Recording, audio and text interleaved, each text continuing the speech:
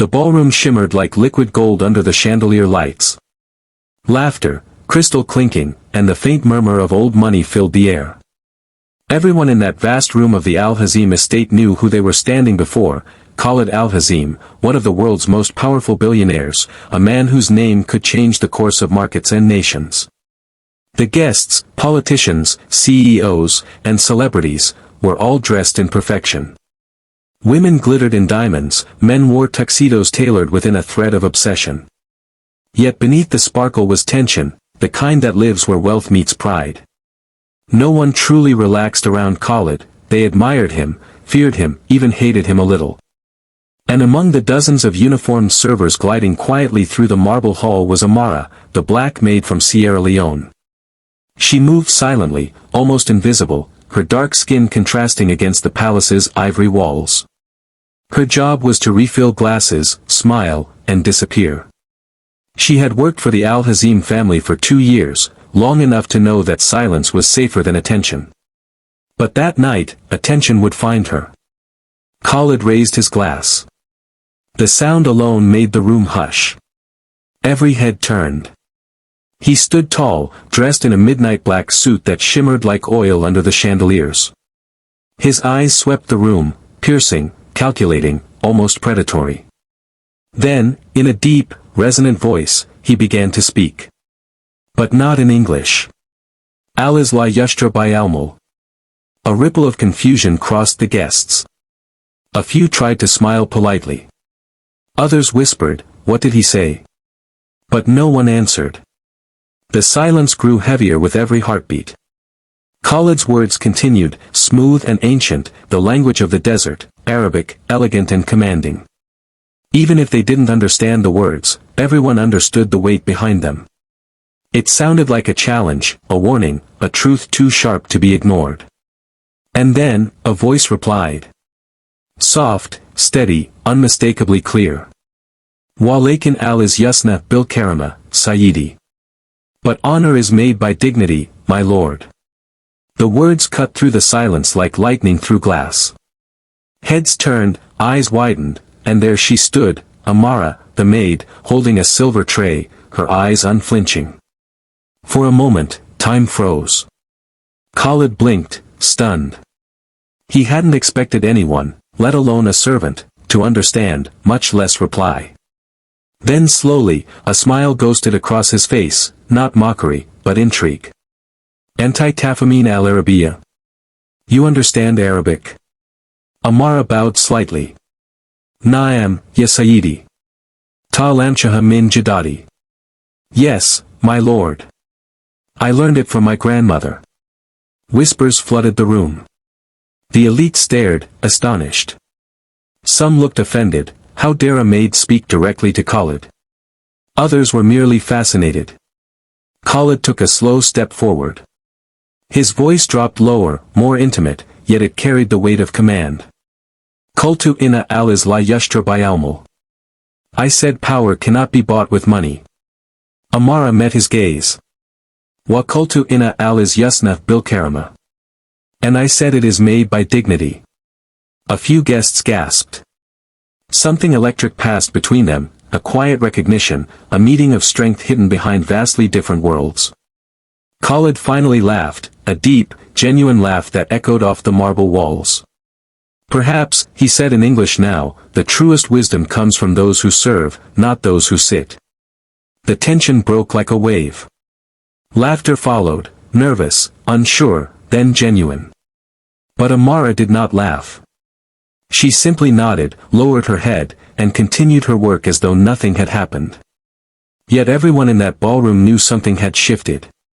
That one exchange, one sentence in Arabic, one reply, had stripped away all illusion of class and power. Later, as the music returned and the guests pretended to forget, Khalid's eyes followed Amara across the room. And for the first time in years, the billionaire felt curiosity, maybe even respect. The night after the gala felt heavier than usual inside the Al-Hazim palace. The corridors that once echoed with music now hummed with silence. Khalid Al-Hazim sat alone in his private library, the only light coming from the amber glow of a single lamp.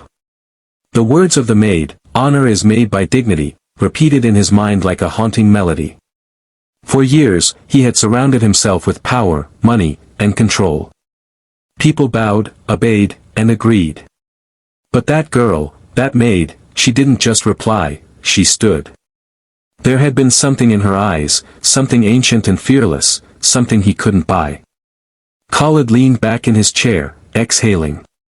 On the desk before him lay a dozen unopened business files, invitations from presidents and princes, none of them interested him now. For the first time in a long while, a servant had silenced the room, and perhaps, touched a part of him he had buried beneath success. He pressed the intercom.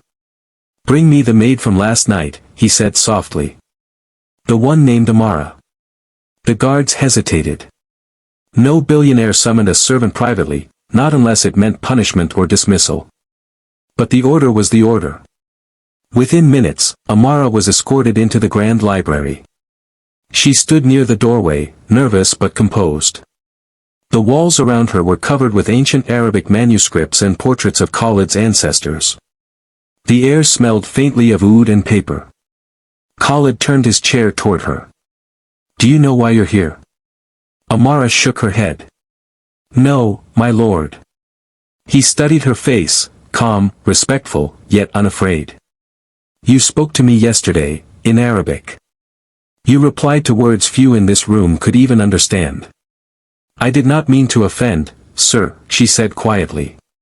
"Your words were powerful. I only replied with what my heart knew." Khalid smiled faintly. "Do you know what my words meant?" She nodded. "Yes, sir. You said that power cannot be bought with money." He stood and walked toward her. His steps were slow, measured.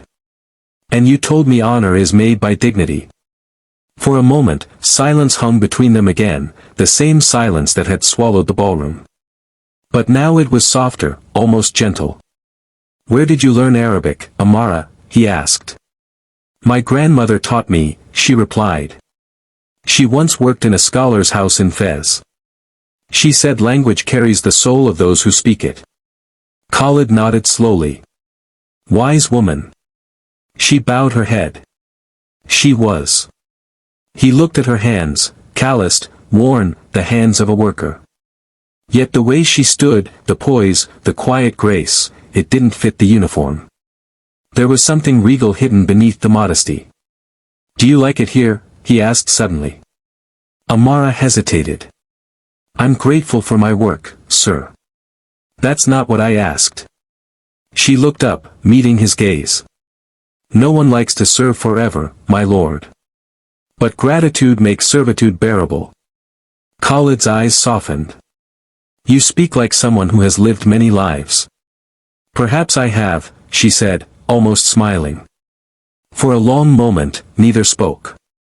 Then Khalid turned to the window overlooking the desert. The horizon shimmered with moonlight, endless and empty. "I am hosting a private dinner tomorrow," he said finally. "You will serve there." Amara nodded. "As you wish, sir." He turned back to her. "But not as a maid." Her eyes widened. "Sir." "As a guest," he said simply. "I want you to sit at my table." The words hit her like thunder. No servant had ever been invited to dine with Khalid al-Hazim, not even his senior staff. "Sir, that wouldn't be proper." "I decide what is proper in my house," he interrupted gently. "Be there at 8. She lowered her gaze, unsure if it was kindness or a test. "Yes, my lord." When she left the room, Khalid remained by the window. The desert wind brushed against the glass, whispering something ancient, the kind of whisper that comes when fate begins to move. He didn't know why he'd done it. Curiosity, perhaps. Or maybe, something deeper. But one thing was certain, tomorrow night, the man who owned everything would learn something no wealth could ever teach.